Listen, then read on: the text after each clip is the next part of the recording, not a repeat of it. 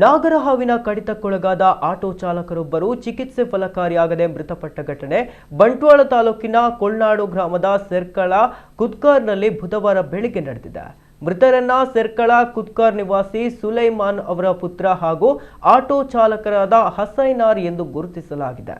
ಬುಧವಾರ ಬೆಳಗ್ಗೆ ಮನೆಯ ಸಮೀಪದಲ್ಲಿ ಇರಿಸಿದ್ದ ಹುಲ್ಲು ಕತ್ತರಿಸುವ ಯಂತ್ರವನ್ನ ಎತ್ತಲು ಮುಂದಾದ ವೇಳೆ ಅದರ ಕೆಳಗೆ ಅಡಗಿಕೊಂಡಿದ್ದ ನಾಗರಹಾವು ಹಸೈನಾರ್ ಅವರಿಗೆ ಕಚ್ಚಿದೆ. ವಿಷಪೂರಿತ ಹಾವಿನ ಕಡಿತದಿಂದ ಅವರು ತೀವ್ರ ಅಸ್ವಸ್ಥಗೊಂಡಿದ್ದು ಸ್ಥಳೀಯರು ತಕ್ಷಣವೇ ಕಲ್ಲಡ್ಕದ ಖಾಸಗಿ ಆಸ್ಪತ್ರೆಗೆ ದಾಖಲಿಸಿದ್ದರು.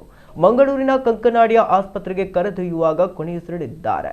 ಉರಗರಕ್ಷಕ ಹೈದರ್ ಸ್ಥಳಕ್ಕೆ ಆಗಮಿಸಿ ಹುಲ್ಲು ಕತ್ತರಿಸುವ ಯಂತ್ರದ ಬಳಿ ಅಡಗಿಕೊಂಡಿದ್ದ ನಾಗರಹಾವನ್ನ ಸುರಕ್ಷಿತವಾಗಿ ಸೆರೆ ಹಿಡಿದು ಅರಣ್ಯ ಪ್ರದೇಶದಲ್ಲಿ ಬಿಟ್ಟರು.